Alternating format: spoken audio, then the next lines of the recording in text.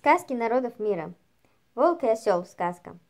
Бродил однажды по горам волк, 3 дня уже ничего не ел, совсем оголодал, бока ввалились, еле хвост по земле волочит. Вдруг видит на полянке у подножия горы ослик, собрал он последние силы и потрусил туда. Серенький ослик мирно пасся, пощипывая травку. «Повезло мне», — подумал волк. «Какой откормленный, молоденький ослик!»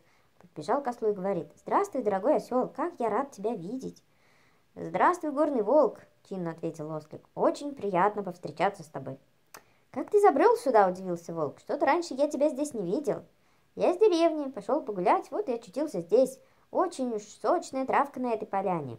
«Хорошо, что ты сюда пожаловал, я ведь просто умираю с голода, сейчас я тебя съем». «Что ты, горный волк, не ешь меня!» – испугался ослик и в страхе попятился от волка. «Нет, съем! Не ешь, прошу тебя!» – взмолился ослик.